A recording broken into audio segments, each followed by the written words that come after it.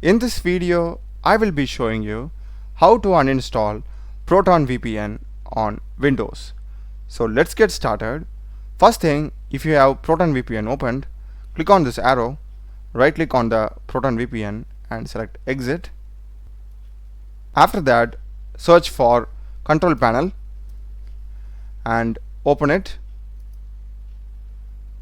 Here in control panel, under programs, select uninstall a program. Here in the search option, just search for Proton. We'll be having this. Right click and select uninstall. Just click on yes. The uninstall process will begin. It's done. Just click on OK. Now as you can see, that particular program is not anymore here. That's the video, guys. Do check the playlist of my channel. Got a lot of videos in programming and AI tools. Subscribe me. Thanks for watching.